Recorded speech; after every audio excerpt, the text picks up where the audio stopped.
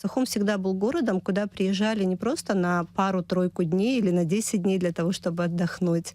И у меня всегда вот всплывает такой пример: 19 век, воспоминания, письма тех, кто бывал в Сухуми, как, прибыв изначально не более чем на месяц, они оставались на полгода, а иногда на больший срок для того, чтобы провести время в Сухуми. И мне кажется, что эта тенденция потихонечку начинает оживать. То есть я наблюдаю очень много, ну, у меня много людей, знакомых творческих людей, которые работают вот в творческих профессиях. Они очень часто говорят о том, что нам хотелось бы приехать вот на пару-тройку месяцев пожить в то время, когда у нас тут там совсем все плохо с погодой, не так много работы, и вот есть возможность уйти от серых будней, пожить на территории Сухума и поработать в то же время.